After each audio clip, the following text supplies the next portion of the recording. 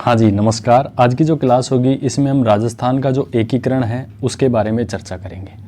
सबसे पहले ये जो कंटेंट है ये राजस्थान की किसी भी भर्ती के लिए बहुत ही उपयोगी है, चाहे वो आरएएस हो, पीएसआई हो या टीचर्स लाइन की कोई भी भर्ती हो, उन सभी के लिए। और इसके अलावा पटवारी, वीडियो, उन सब के लिए बहुत ही इंपॉर्टेंट टॉपिक है राजस्थान का एकीकरण। दूसरी बात अपन कर रहे हैं कि ये जो कंटेंट अपन जो फॉलो कर रहे हैं ये कलाम की टास्क बुकलेट है, जो बहुत ही रेपुटेड कोचिंग है और बिल्कुल ऑथेंटिक कंटेंट यहाँ पे अपन डिस्कस करेंगे। क्वालिटी वाइज कंटेंट को अपन यहाँ पे डिस्कस करेंगे। इसके अलावा देखो यहाँ पे अपन पूरे चैप्टर को डिस्कस करते हैं। इसका रीज़न ये है कि आजकल आप नोट्स पढ़ के केवल 50% मार्क्स आप ला सकते हैं, लेकिन अगर आपको किसी भी एग्ज़ाम को क्रैक करना है तो आपको बुक्स पढ़नी पड़ेंगी। तो चाहे तो आपने अगर नोट्स बना रखे हैं तो उन्हीं में इनको आप ऐड कर सकते हैं, या यदि आप फ्रेशर स्टूडेंट हैं तो इन सब के जो पीडीएफ है ये मैं अपने Telegram channel RPSC GK by Ravindra में डाल दूंगा, या आप कमेंट्स करके पर्टिकुलर टॉपिक के बारे में कह सकते हैं कि इसके आप पीडीएफ डालें, तो वहाँ पे मैं डाल दूंगा। आरपीएससी जीके बाय रविंद्र जो टेलीग्राम चैनल है उसमें डाल दूंगा। वहाँ से आप इसकी प्रिंट निकला के इसको एक बार आप 2 बार 3 बार सुन के ना एक अच्छी अंडरस्टैंडिंग का निर्माण कर सकते हैं। तो बिना टाइम वेस्ट किए अपन टॉपिक को डिस्कस करते हैं, चलते हैं नेक्स्ट। देखो सबसे पहले जो है ना रियासती जो विभाग है इसकी स्थापना जो है ना, जैसे राजस्थान का एकीकरण किया जाता है तो रियासतों को एकीकृत करने के लिए एक रियासती जो विभाग है इसकी स्थापना की जाती है। कब की जाती है? 5 जुलाई 1947 को। रियासती जो विभाग है इसका जो अध्यक्ष जो बनाया जाता है वो सरदार पटेल को, और इसका जो सचिव बनता है वो बनते हैं वीपी मेनन। अध्यक्ष तो हो गए सरदार पटेल, सचिव हो गए वीपी मेनन। और रियासती विभाग का गठन कब किया गया? 5 जुलाई 1947 को। देखो इसके बाद में देखो यहाँ पे अपन थोड़ा सा डिस्कस करते हैं। भारत सरकार के रियासती विभाग के निर्णय अनुसार, भारत सरकार के जो रियासती विभाग है उसने क्या निर्णय लिया है कि स्वतंत्र भारत में वही रियासतें अपना पृथक अस्तित्व रख सकती हैं। मतलब स्वतंत्र भारत में केवल वो ही रियासतें अपना पृथक अस्तित्व रख सकती हैं जिनकी न्यूनतम वार्षिक आय 1 करोड़ रुपये और जनसंख्या 10 लाख या उससे अधिक हो। मतलब रियासती विभाग ने ये निर्णय लिया कि जैसे ही भारत स्वतंत्र होगा ना तो केवल वही रियासतें अपना पृथक अस्तित्व रख सकती हैं जिनका, मतलब जैसे मान लो मेवाड़ हो गई, मारवाड़ हो गई, कोई भी रियासत हो गई, वो अपना पृथक अस्तित्व तभी रख सकती है जब उसकी न्यूनतम आय, वार्षिक जो आय ना 1 करोड़ होनी चाहिए, और उस रियासत की जो जनसंख्या है 10 लाख या उससे अधिक होना चाहिए। अगर 10 लाख से कम है और वार्षिक आय 1 करोड़ से कम है तो आपको किसी न किसी के साथ मर्ज करना पड़ेगा ना। तो देखो इस मापदंड के अनुसार राजस्थान में केवल 4 रियासतें, जयपुर, जोधपुर, बीकानेर और उदयपुर, अपना पृथक अस्तित्व रख सकती थी। तो देखो जो मापदंड था ना, जयपुर, जोधपुर, उदयपुर और बीकानेर, ये 4 रियासतें ऐसी थी, जयपुर, जोधपुर 2 महानगर हो गए, बीकानेर और उदयपुर, ये 4 रियासतें ऐसी थी जो अपना चाहती तो स्वतंत्र अस्तित्व रख सकती थी। लेकिन इसके बाद में क्या सिनेरियो बनता है उसकी अपन चर्चा करते हैं। आज़ादी के समय राजपूताना की प्रशासनिक अवस्था, जब भारत आज़ाद हुआ तो उस समय राजपूताना की जो प्रशासनिक व्यवस्था वो कैसी थी? तो देखो यहाँ पे अपन बात करें तो राजपूताना के शासकों द्वारा शासित इकाइयाँ, राजपूताना के शासकों के द्वारा तो कितनी शासित इकाइयाँ हैं, और ब्रिटिश शासन द्वारा सीधे शासित इकाइयाँ, तो कौन सी ब्रिटिश शासन के सीधे हाथों में थी और कौन सी इकाइयाँ ऐसी थी जो राजपूताना के शासकों के अधीन थी? तो देखो शासकों के अधीन तो देखो 19 रियासतें हैं। देसी रियासतें कितनी थी जो शासकों के अधीन थी? 19 थी। और 3 ठिकाने हैं नॉन सैल्यूट स्टेट, इसको सैल्यूट स्टेट बोलते हैं, नॉन सैल्यूट स्टेट, ये 3 थे। वो कौन कौन से? नीमराणा, लावा और कुशलगढ़। नीमराणा, लावा और कुशलगढ़ 3 ठिकाने थे। 19 रियासतें, 3 ठिकाने। जबकि चीफ कमिश्नरी जो ब्रिटिश शासन के सीधे अधीन था ना वो था अजमेर, मेरवाड़ा। अजमेर और मेरवाड़ा जो है ना ये ब्रिटिश शासन के सीधे कंट्रोल में था। अब देखो एकीकरण के दौरान राजपूत शासकों द्वारा प्रस्तावित संघ, देखो एकीकरण जब हो रहा था उसके दौरान राजपूत शासकों के द्वारा कौन कौन से जो संघ हैं वो प्रस्तावित किए? तो राजस्थान यूनियन नाम से ना महाराणा जो भूपाल सिंह है ना, जो उदयपुर के शासक थे, इन्होंने राजस्थान यूनियन नाम से राजस्थान, गुजरात और मालवा की जो रियासतें हैं उनको मिलाकर राजस्थान यूनियन नाम से ये एक संघ बनाना चाहते थे ना। कौन बनाना चाहते थे? महाराणा भूपाल सिंह। देखो, महाराणा भूपाल सिंह राजस्थान यूनियन नाम से राजस्थान, गुजरात और मालवा की रियासतों को मिलाकर है ना एक राजस्थान संघ नाम से, या कह सकते हैं राजस्थान यूनियन नाम से एक संगठन या संघ बनाना चाहते थे, कह सकते हैं ना। इसके बाद में राजपूताना संघ के नाम से राजस्थान की दक्षिणी पूर्वी जो रियासतें हैं ना, दक्षिण की और पूर्व की जो रियासतें हैं, वो राजपूताना संघ के नाम से एक स्टेट बनाना चाहती थी। जिसके मतलब ये कौन था जिसने ये प्रयास किया? तो वो मानसिंह सेकंड थे, जयपुर के राजा। ये राजपूताना संघ बनाना चाहते थे। इसके अलावा कोटा के जो शासक थे ना, वो हाड़ौती संघ बनाना चाहते थे, कोटा, बूंदी और झालावाड़ को मिलाकर। कौन थे उस समय शासक? भीम सिंह। भीम सिंह जो थे कोटा के शासक, ये हाड़ौती संघ बनाना चाहते थे, कोटा, बूंदी और झालावाड़ को मिलाकर। इसके बाद में देखो आगे बात करें, वागड़ संघ कौन बनाता? देखो, डूंगरपुर के जो शासक थे ना, लक्ष्मण सिंह, ये बागड़ संघ बनाना चाहते थे। बागड़ संघ में देखो डूंगरपुर, बांसवाड़ा और प्रतापगढ़, ये तो 3 हो गए, और कुशलगढ़ और लावा। देखो डूंगरपुर, बांसवाड़ा, डूंगरपुर, प्रतापगढ़, बांसवाड़ा और इसके अलावा देखो ठिकाने हो गए कुशलगढ़ और लावा। इनको मिलाकर है ना ये बागड़ संघ बनाना चाहते थे। कौन बनाना चाहते थे? लक्ष्मण सिंह, जो डूंगरपुर के शासक थे। मेव स्थान की मांग। देखो, मेव स्थान की मांग किसने की? पूर्वी राजस्थान में अलवर और भरतपुर राज्यों में मेव मुसलमानों ने मेव स्थान की मांग की। देखो, अलवर और भरतपुर जो राज्य हैं, यहाँ के जो मेव मुसलमान थे वो अलग से ना मेव स्थान की मांग कर रहे थे। इसके बाद में आगे बात करें तो भारत सरकार ने 7 फरवरी 1948 को अलवर प्रशासन अपने हाथ में ले लिया।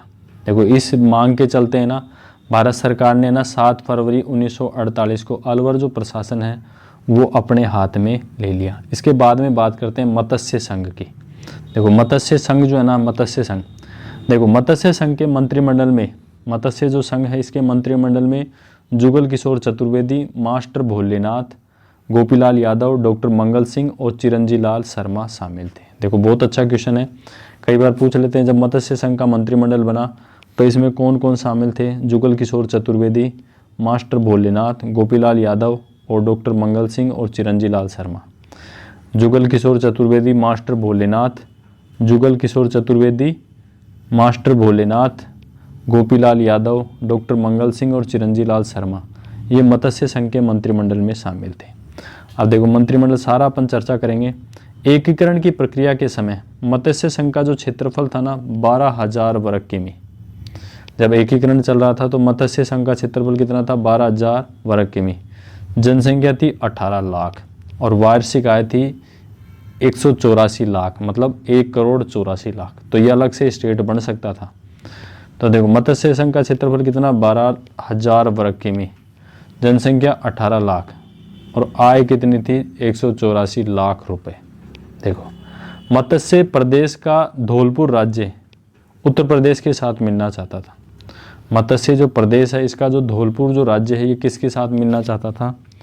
उत्तर प्रदेश के साथ मिलना चाहता था। इसके बाद में अपन बात करते हैं शंकर राव देव समिति। देखो, शंकर राव देव समिति, मत्स्य संघ का वृहत राजस्थान में विलय करने हेतु इस समिति का गठन किया गया।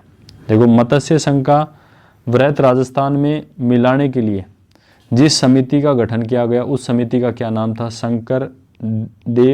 शंकर राव देव समिति। देखो, शंकर राव देव समिति का जो गठन वो किस कारण से किया गया था? मत्स्य संघ का किस में मिलाना था? वृहत राजस्थान में इसको मिलाना था, इसलिए शंकर राव देव समिति का गठन किया गया। अब देखो, कई बार पूछ लेते हैं कि शंकर राव देव समिति के सदस्य कौन थे? तो सदस्य थे R.K. सिद्धावा और प्रभुदयाल। शंकर राव देव समिति के सदस्य कौन थे? R.K. सिद्धावा और प्रभुदयाल। और ये मत्स्य संघ का जो नाम है ये किसने सुझाया? मत्स्य संघ का जो नाम है ये K.M. मुंशी ने सुझाया। किसने सुझाया? K.M. मुंशी ने सुझाया। देखो, इसके आगे अपन बात करते हैं एकीकरण व मेवाड़ रियासत। एकीकरण व मेवाड़ रियासत।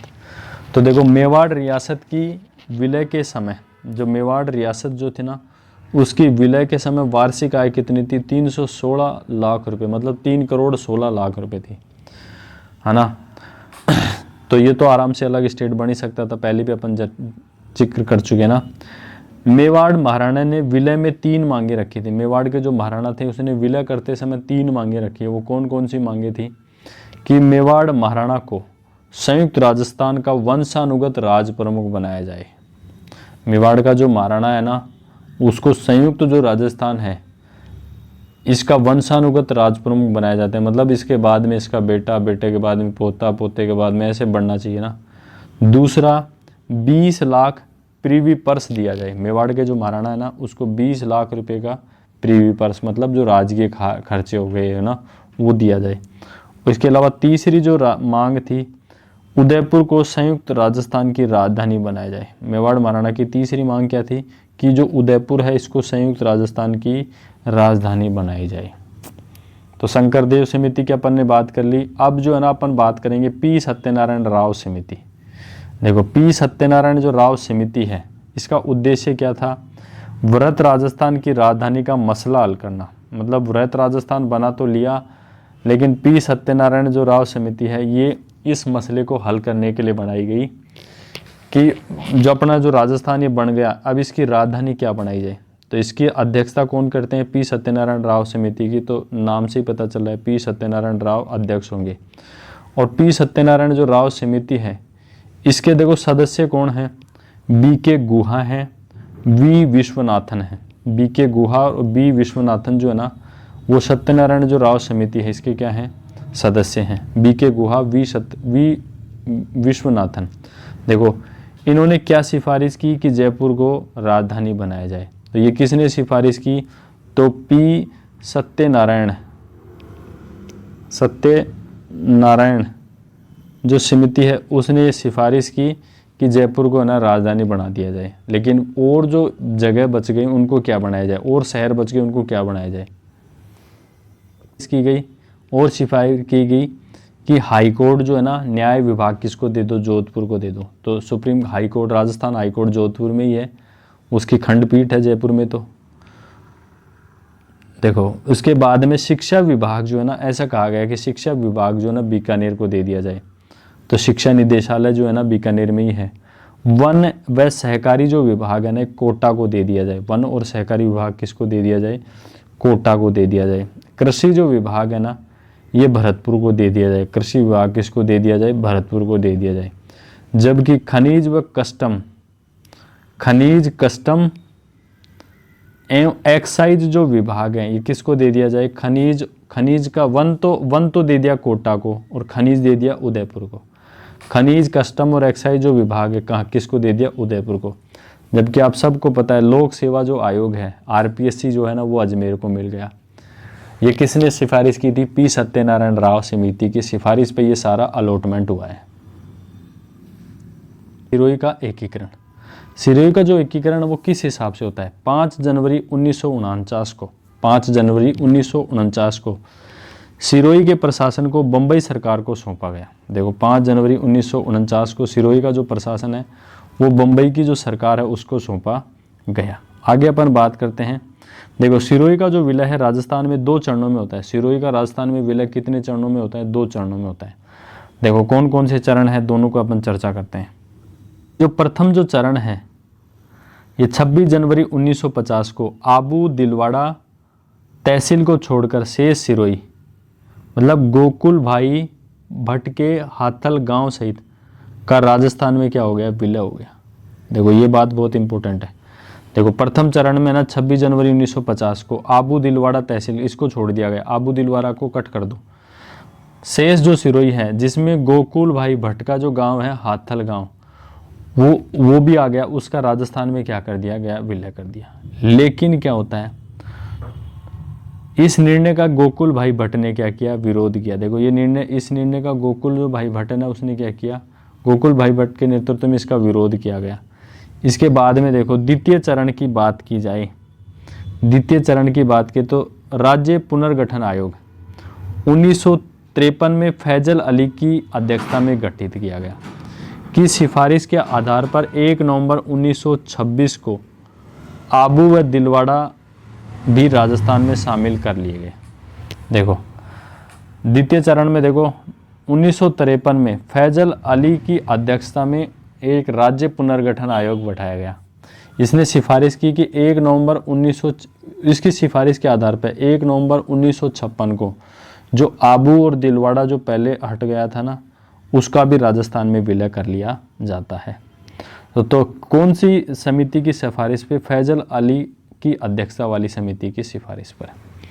देखो नेक्स्ट बात करते हैं, हाँ जी, इसके आगे बात करते हैं अजमेर मेरवाड़ा का एकीकरण। देखो अजमेर मेरवाड़ा का एकीकरण कैसे होता है? तो देखो स्वतंत्रता के समय अजमेर मेरवाड़ा को छोड़कर पूरा जो राजस्थान था वो रियासतों में बटा हुआ था। मतलब अजमेर मेरवाड़ा जो था ना, ये ऐसे कह सकते हैं केंद्र शासित प्रदेश था। उस समय अंग्रेजों के अधीन था ना, तो वो चीफ कमिश्नर इसको बोलते थे। इसके अलावा पूरा जो राजस्थान था वो क्या था? रियासतों में बटा हुआ था ना। तो इसके बाद में देखो अपन यहाँ पे बात करते हैं 1952 के आम चुनावों के बाद में अजमेर में हरिभाई उपाध्याय के नेतृत्व में 1952 के जब आम चुनाव होते हैं तो अजमेर में हरिभाई जो उपाध्याय है उसके नेतृत्व में कांग्रेस मंत्रिमंडल गठित होता है। 1952 के आम चुनाव के बाद में ना अजमेर में हरिभाई उपाध्याय के नेतृत्व में कांग्रेस जो मंत्रिमंडल है इसका क्या होता है? गठन होता है। देखो इससे आगे बात करते हैं राज्य पुनर्गठन आयोग की सिफारिश पर 1 नवंबर 1956 को माउंट आबू क्षेत्र के साथ ही, देखो 1 नवंबर 1956 को माउंट आबू क्षेत्र के साथ ही अजमेर मेरवाड़ा भी राजस्थान में मिला लिया गया, है ना। इसके बाद में टोडगढ़ जो है ना, टोडगढ़ अजमेर मेरवाड़ा का भाग था। टोडगढ़ जो था ना वो अजमेर मेरवाड़ा का क्या था? भाग था। तो देखो राजस्थान की एकीकरण की प्रक्रिया पूर्ण होने से पूर्व है, राजस्थान के जो एकीकरण की जो प्रक्रिया पूर्ण होने से पूर्व जो है ना अजमेर मेरवाड़ा मतलब जैसे ABC श्रेणी का केंद्र शासित प्रदेश था। देखो एकीकरण की प्रक्रिया पूर्ण होने से पहले जो ना अजमेर जो मेरवाड़ा जो है ना एक C श्रेणी का राज्य कह सकते हैं या केंद्र शासित प्रदेश था। तो कुछ महत्वपूर्ण तथ्य हैं जिनको अपन एक एक करके यहाँ पे चर्चा करते हैं। महत्वपूर्ण तथ्य क्या क्या हैं एक एक करके देखो। आज़ादी के समय जो राजस्थान है वो B श्रेणी का राज्य था। राजस्थान जो था ना आज़ादी के समय कैसा था? B श्रेणी का राज्य था। अपन बात करते हैं कि चार्ल्स मेटकॉफ ने सुझाव दिया कि राजस्थान के जो राजपूत राजाओं का एक परिसंघ बना दिया जाए।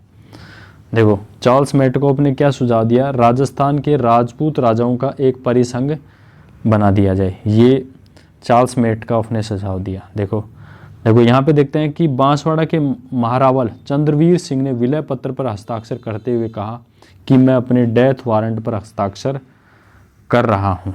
देखो बांसवाड़ा के महारावल चंद्रवीर सिंह ने ना विलय पत्र पर हस्ताक्षर करते हुए क्या कहा कि मैं अपने डेथ वारंट पर हस्ताक्षर कर रहा हूँ। देखो नेक्स्ट बात करते हैं संयुक्त राजस्थान का मंत्रिमंडल केवल 11 माह तक कार्यरत रहा। संयुक्त जो राजस्थान है इसका जो मंत्रिमंडल है केवल 11 महीनों तक ये कार्य किया इसने। राजपूताना की सबसे बड़ी जो रियासत है ना, जोधपुर के शासक हनुमंत सिंह अपनी रियासत को एक स्वतंत्र इकाई रखना चाहता थे। उन्होंने पाकिस्तान से मिलने का प्रयास भी किया। राजपूताना की जो सबसे बड़ी जो रियासत तो जोधपुर थी, इसके शासक कौन थे? हनुमंत सिंह। अपनी रियासत को एक स्वतंत्र इकाई रखना चाहते थे, इसलिए उन्होंने पाकिस्तान के साथ मिलने का भी क्या किया? प्रयास किया। इसके बाद में बात करते हैं देखो इसके आगे बात करते हैं कि राजस्थान का जो एकीकरण है 8 वर्ष 7 महीने 14 दिन में और 7 चरणों में संपन्न हुआ। राजस्थान का एकीकरण 8 वर्ष 7 महीने 14 दिन में और 7 चरणों में क्या होता है? संपन्न होता है।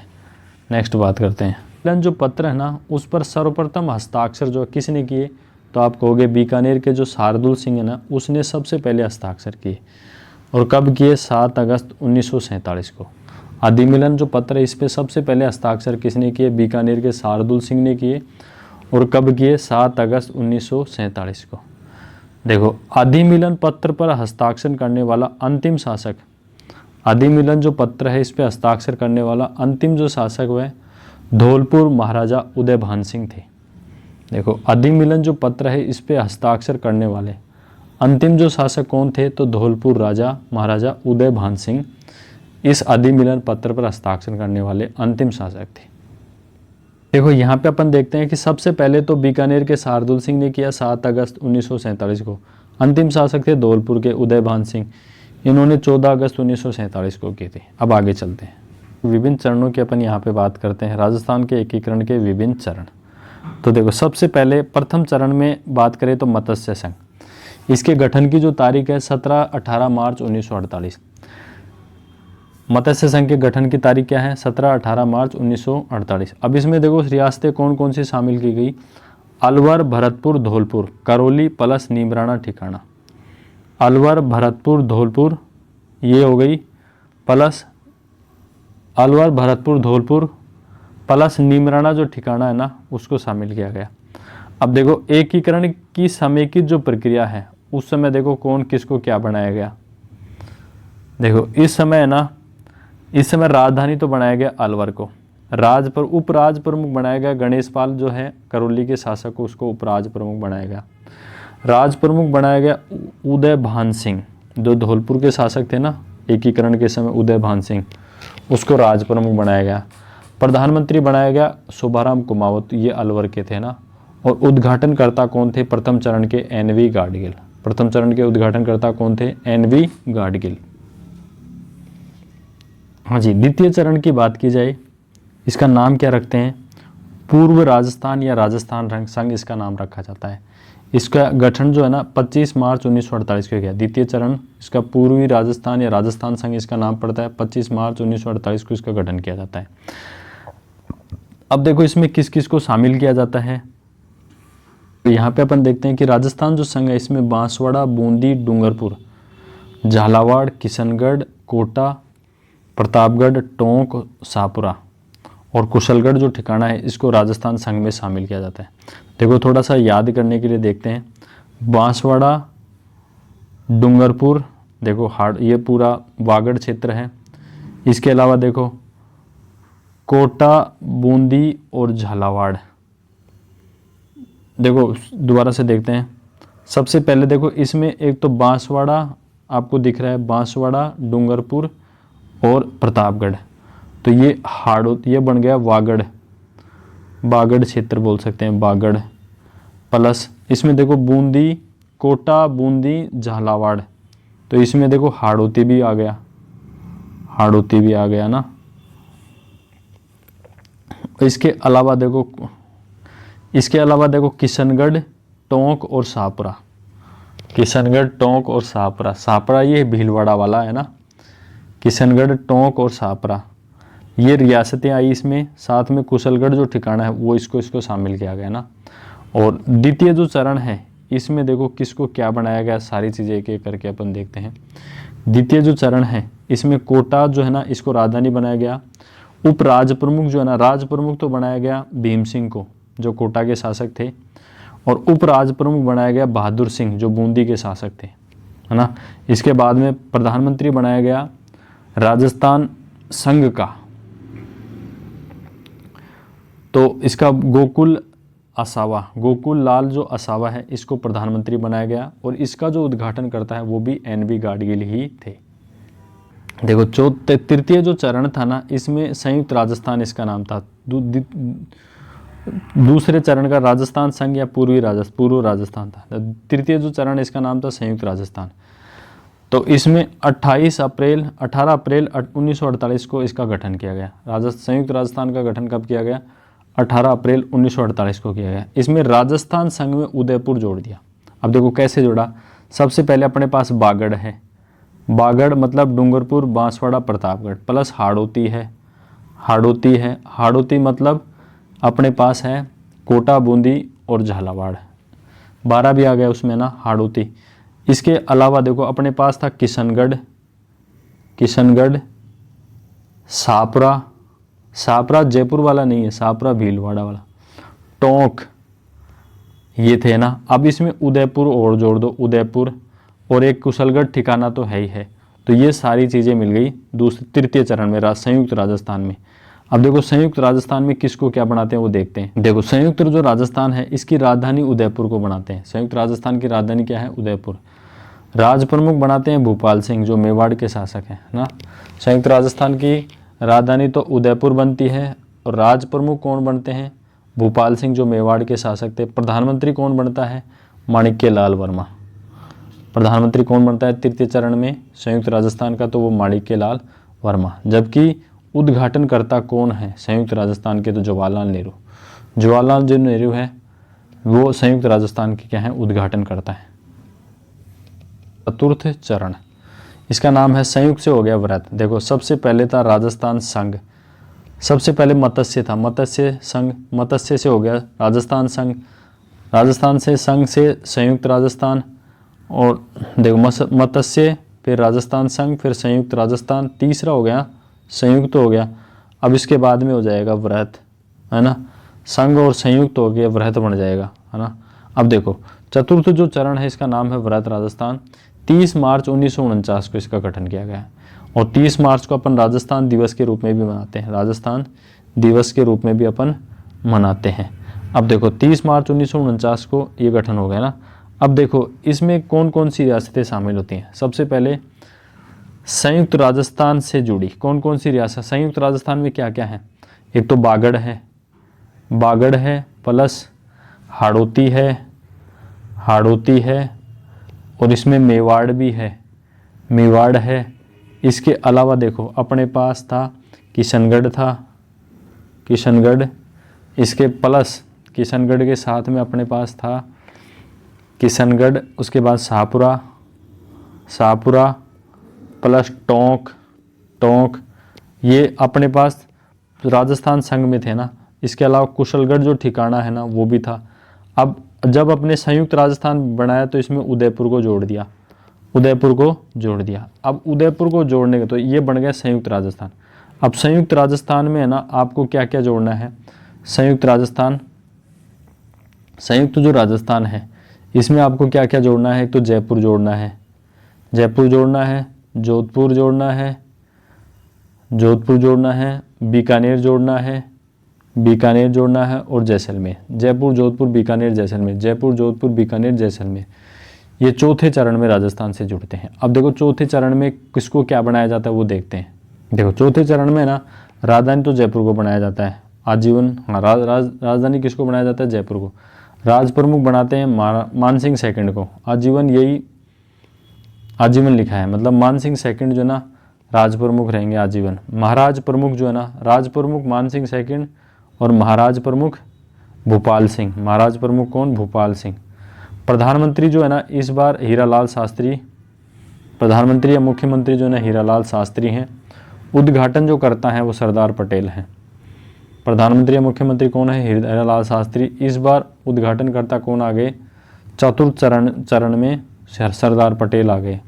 पहले दो में NV गाडगिल, तीसरे चरण में जवाहरलाल नेहरू और चौथे चरण में आगे सरदार पटेल। राजस्थान दिवस मनाया जाता है 30 मार्च को, तो ये अपन ने पहले चर्चा कर ली। पंचम चरण की, पंचम चरण का नाम है संयुक्त वृहद राजस्थान। संयुक्त राजस्थान था उसके साथ वृहद भी जुड़ गया तो नाम हो गया संयुक्त वृहद राजस्थान। अब वृहद कैसे जुड़ा, क्योंकि वृहद राजस्थान से इस बार मत्स्य संघ को जोड़ दिया है। मत्स्य संघ जुड़ते ही ना संयुक्त वृहद राजस्थान हो गया। अब देखो इसका जो गठन है वो कब किया गया, तो इसका गठन किया गया 15 मार्च 1949 को। 15 मार्च 1949 को संयुक्त वृहद राजस्थान का क्या किया, गठन किया गया। अब इसमें किसको क्या बनाया गया, अब देखो राजधानी सेम ही रहती है जयपुर ही। राज प्रमुख जो है ना वो मानसिंह सेकंड रहते हैं, महाराज प्रमुख भूपाल सिंह रहते हैं और प्रधानमंत्री या मुख्यमंत्री कौन रहते हैं, हीरालाल शास्त्री। देखो राजधानी जयपुर, राज प्रमुख मानसिंह सेकंड, महाराज प्रमुख भूपाल सिंह सेकंड, भूपाल सिंह, और मुख्यमंत्री या प्रधानमंत्री कौन रहते हैं, हीरालाल शास्त्री। नेक्स्ट चलते हैं।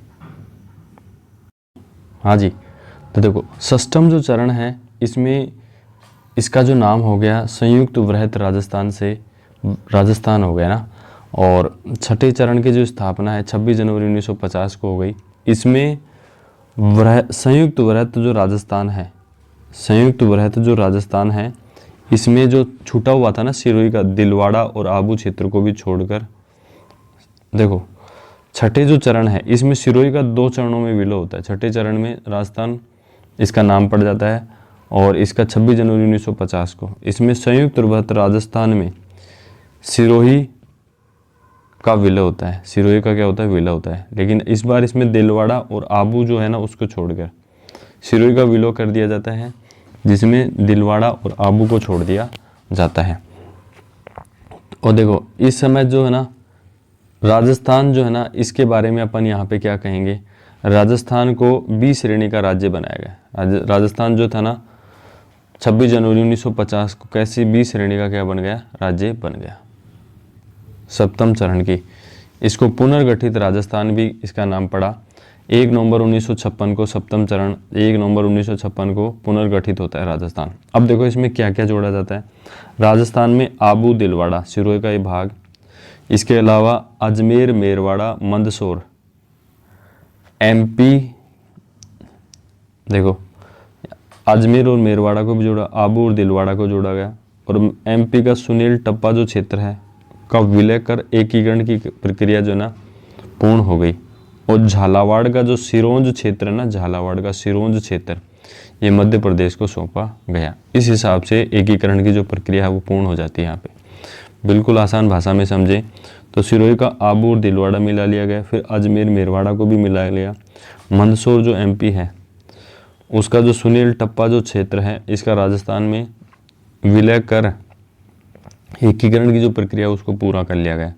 जबकि झालावाड़ का जो सिरोंज जो क्षेत्र है ये मध्य प्रदेश को सौंपा गया। इस हिसाब से एकीकरण की जो प्रक्रिया पूर्ण हो जाती है। अपन देखते हैं राजस्थान के एकीकरण के चतुर्थ चरण मतलब बृहत राजस्थान के निर्माण के दौरान हीरालाल शास्त्री के नेतृत्व में मंत्रिमंडल का गठन किया गया था। चतुर्थ चरण में है ना बृहत राजस्थान का जब निर्माण हुआ तब हीरालाल शास्त्री के नेतृत्व में मंत्रिमंडल का क्या किया गया था? गठन किया गया था। अब देखो ये जो मंत्रिमंडल बना था जिसमें कौन कौन थे, एक तो सिद्धराज डड्डा, प्रेम नारायण माथुर, भूरेलाल बैया, फूलचंद बाफड़ा, इसके अलावा नरसिंह कछवाहा, राव राजा हनुवंत सिंह जोधपुर और रघुवर दयाल गोयल और वेदपाल जो त्यागी है इनको शामिल किया गया था। कौन कौन देखो बिल्कुल छोटा कर लेते हैं फॉन्ट साइज। देखो एकीकरण के चतुर्थ चरण में हीरालाल शास्त्री के नेतृत्व में एक मंत्रिमंडल का गठन किया था जिसमें सिद्धराज टड्डा, प्रेम नारायण माथुर, भूरेलाल बैया, फूलचंद बाफड़ा, नरसिंह कछवाहा, राजा हनुवंत सिंह जोधपुर वाले, रघुवर दयाल गोयल और वेदपाल त्यागी इनको मंत्रिमंडल में शामिल किया गया था। तो उम्मीद करता हूँ कि ये एकीकरण जो आपको सही से समझ में आ गया। अब इसके ऊपर एमसीक्यू जो हैं उनको अपन यहाँ पर डिस्कस करते हैं। देखो सबसे पहले क्वेश्चन है आज़ादी से पूर्व नॉन सैल्यूट ठिकाने स्टेट या ठिकाने कौन से थे? आज़ादी से पहले ना नॉन सैल्यूट ठिकाने ये कौन से थे? तो इसका सही जवाब हो जाएगा देखो लावा कुशलगढ़ भी नॉन सैल्यूट स्टेट थे या कह सकते हैं ठिकाने थे। दूसरा है कुशलगढ़ और तीसरा है निमराना। ये आज़ादी से पूर्व है ना ये सारे कैसे थे? नॉन सैल्यूट ठिकाने थे। देखो संयुक्त राजस्थान का प्रधानमंत्री कौन नियुक्त किया गया? संयुक्त राजस्थान का प्रधानमंत्री कौन नियुक्त किया गया? तो देखो सबसे पहले आपको पता होना चाहिए, सबसे पहले मत्स्य संघ के बाद में बृहत राजस्थान, हाँ मत्स्य संघ के बाद में राजस्थान संघ के बाद में संयुक्त राजस्थान। तो मतलब अपन तीसरे चरण की अपन बात करें और तीसरे चरण में माणिक्य जो उदयपुर का विलय होता है और उदयपुर का विलय होता है तो माणिक्य लाल जो वर्मा है ये संयुक्त राजस्थान के क्या बनते हैं? प्रधानमंत्री बनाए जाते हैं। संयुक्त के बाद में बृहत राजस्थान का निर्माण होता है। बृहत राजस्थान का उद्घाटन 30 मार्च 1949 को किसने किया? तो देखो पहला चरण का जो उद्घाटन है एनवी गाडविल ने, दूसरे चरण का जिसमें राजस्थान संघ बनता है उसका भी एनवी गाडविल, तीसरा जो चरण है उसके सरदार पटेल जो है ना तीसरे चरण के जवाहरलाल नेहरू जो है ना संयुक्त राजस्थान का उद्घाटन करते हैं।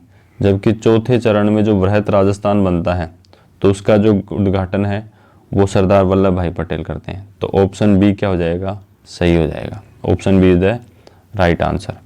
मत्स्य संघ के प्रधानमंत्री थे, तो मत्स्य संघ के प्रधानमंत्री कौन थे, तो इसका सही जवाब हो जाएगा शोभाराम जो कुमावत है, ये मत्स्य संघ के क्या थे, प्रधानमंत्री थे। नेक्स्ट क्वेश्चन है, राजस्थान का एकीकरण कब पूर्ण हो गया? राजस्थान का एकीकरण कब पूर्ण हो गया? तो इसका सही जवाब है 1 नवंबर 1956 को राजस्थान का जो एकीकरण है वो पूर्ण हो जाता है। अब देखो, आपको सही सुमेलित नहीं है ये बताना है, कौन सा जो युग्म है वो सही सुमेलित नहीं है आपको बताना है। देखो, मत्स्य संघ 18 मार्च 1948 बिल्कुल सही है। इसके बाद में संयुक्त जो राजस्थान है, देखो बृहत राजस्थान जो है ना 30 मार्च 1949, संयुक्त जो राजस्थान है इसमें देखो 30 मार्च 1949 ये बिल्कुल सही है, इसी को अपन राजस्थान दिवस के रूप में मनाते हैं। इसके बाद में संयुक्त बृहत राजस्थान है, ये 15 मई 1949 को है। इसका जो गठन है ये 25 मार्च 1948 को नहीं होता है, तो कब होता है इसको देखते हैं। तो संयुक्त जो राजस्थान है ये 18 अप्रैल 1948 को होता है ना। इसमें राजस्थान जो संघ है इसमें उदयपुर को जोड़ा गया था और इसमें राजधानी उदयपुर को बनाया गया था। राज प्रमुख भोपाल सिंह को, प्रधानमंत्री माणिक्य लाल वर्मा को और उद्घाटनकर्ता जवाहरलाल नेहरू थे। हाँ जी, नेक्स्ट क्वेश्चन है कि संयुक्त राजस्थान के राज प्रमुख थे। देखो, सबसे पहले अपन बनता है मत्स्य संघ, उसके बाद में बनता है राजस्थान संघ दूसरे चरण में, उसके बाद में तीसरे चरण में बनता है राजस्थान संघ। देखो, मत्स्य में तो अलवर, भरतपुर, करौली, धौलपुर है ना। इसमें देखो हाड़ौती प्लस बागड़ कह सकते हैं, कुशलगढ़, किशनगढ़, शाहपुरा और ये चीज़ें टोंक, ये चीज़ें जोड़ी गई थी। अब तीसरा जो संयुक्त राजस्थान जब बनता है, तीसरा जब संयुक्त राजस्थान बनता है उस समय ना उदयपुर को जोड़ा गया था। तो उदयपुर को जोड़ा गया तो राज प्रमुख किसको बनाएंगे, भोपाल सिंह को ही बनाएंगे। तो देखो, इसका सही जवाब हो जाएगा भोपाल सिंह। देखो, इसके बाद में पूर्व राजस्थान संघ, देखो पूर्व राजस्थान संघ का राज प्रमुख कौन था? देखो, पूर्व राजस्थान संघ कह सकते हैं या राजस्थान संघ कह सकते हैं, ये सेकंड चरण की बात हो रही है ना। सेकंड चरण में देखो हाड़ौती, वागड़ और कुशलगढ़ भी हो गया, किशनगढ़ हो गया और शाहपुरा हो गया, ये सारी चीज़ें जोड़ी गई थी। तो हाड़ौती प्लस वागड़, तो हाड़ौती का ज़्यादा वो था ना, तो राज प्रमुख जो है ना कोटा के महाराजा भीम सिंह को है ना राज प्रमुख बनाया गया था सेकेंडरी। नेक्स्ट क्वेश्चन है 25 मार्च 1948 को दूसरे फेज की बात कर रहा है। गठित राजस्थान संघ में निम्नलिखित देशी रियासतों का कौन सा समूह सम्मिलित नहीं था? देखो, इसमें कोटा, बूंदी, झालावाड़, ये हाड़ौती था और शाहपुरा भी था, बिल्कुल सही है ये। इसमें देखो राजस्थान संघ की बात हो रही है, डूंगरपुर, बांसवाड़ा, प्रतापगढ़। देखो, हमने सेकंड फेज की बात कर रहा है, 25 मार्च 1948 की बात कर रहा है, राजस्थान संघ की बात कर रहा है ना। तो देखो, इसमें क्या होता है, राजस्थान संघ में एक तो हाड़ौती जुड़ती है, हाड़ौती प्लस एक तो हाड़ौती जुड़ती है, दूसरा कौन जुड़ता है, इसमें वागड़ जुड़ता है। वागड़ के अलावा क्या जुड़ता है, टोंक जुड़ता है, टोंक प्लस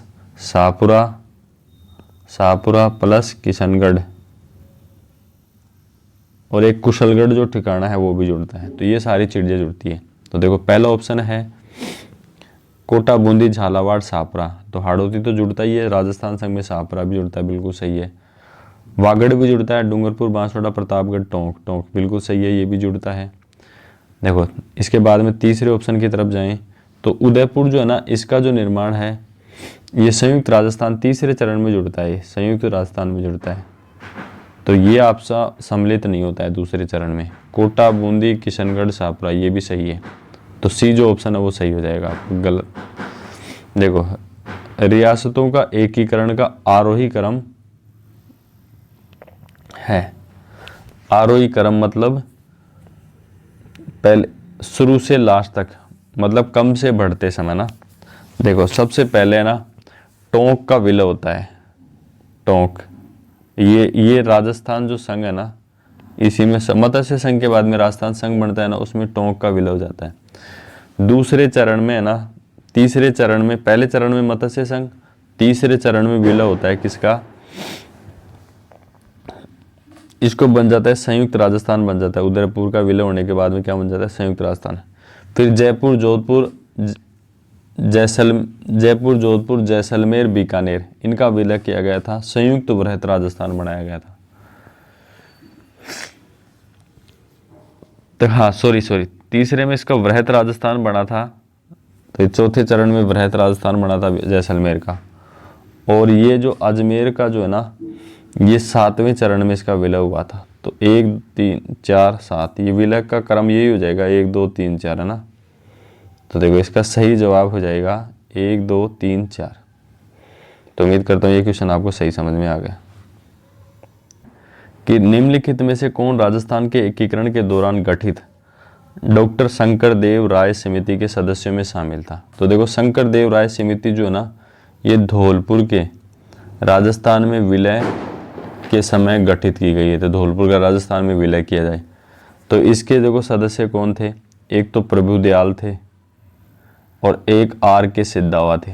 तो ये दोनों सदस्य थे। तो इसका सी जो आंसर है वो बिल्कुल सही हो जाएगा ना। देखो इसके बाद में वृहत राजस्थान की राजधानी का चयन करने की समिति किसकी अध्यक्षता में बनी थी। तो इसका सही जवाब है P. सत्यनारायण राव जो है ना, इसकी अध्यक्षता में वृहत राजस्थान की राजधानी जो है ना, जयपुर को बनाया जाता है। किसको बनाया जाता है, जयपुर को बनाया जाता है। इसके बाद में सिरोही का राजस्थान में विलय कितने चरणों में संपन्न हुआ। सिरोही का जो राजस्थान में जो विलय होता है वो कितने चरणों में संपन्न होता है। तो आपको पता है 6ठे चरण में है ना सिरोही का विलय किया गया था। किसका विलय, जिसमें आबू और दिलवाड़ा जो तहसील है ना, उनको छोड़ दिया गया था। उसके बाद में 7वें चरण में आबू और दिलवाड़ा को भी राजस्थान में मिला गया था। तो 2 चरणों में विलय हो गया। देखो हाँ, नेक्स्ट क्वेश्चन है, सिरोही राज्य का राजस्थान में पूर्ण विलय कब हुआ था। तो पूर्ण विलय 7वें चरण में हुआ था 1 नवंबर 1956 को। नेक्स्ट क्वेश्चन है, राजस्थान भारत सरकार ने 5 जनवरी 1949 को सिरोही का प्रशासन सरकार कौन सी सरकार को सौंपा था। तो इसका सही जवाब हो जाएगा बम्बई को। जब अपन गुजरात और महाराष्ट्र पढ़ते हैं उस समय ये बम्बई प्रांत में आता था ना। तो भारत सरकार ने 5 जनवरी 1949 को सिरोही का जो प्रशासन है ये बम्बई को सौंपा था, है ना। नेक्स्ट क्वेश्चन आपकी स्क्रीन पे आ चुका है, राजस्थान राज्य का वर्तमान स्वरूप जिस तारीख में है वह है। तो राजस्थान राज्य का ये जो वर्तमान स्वरूप है 1 नवंबर 1956 को वर्तमान स्वरूप में राजस्थान आता है। देखो नेक्स्ट क्वेश्चन है, स्वतंत्रता प्राप्ति के समय राजस्थान में क्षेत्रफल की दृष्टि से सबसे बड़ी रियासत कौन सी थी। तो इसका सही जवाब हो जाएगा मारवाड़। जोधपुर जो रियासत थी वो स्वतंत्रता प्राप्ति के समय सबसे बड़ी रियासत थी।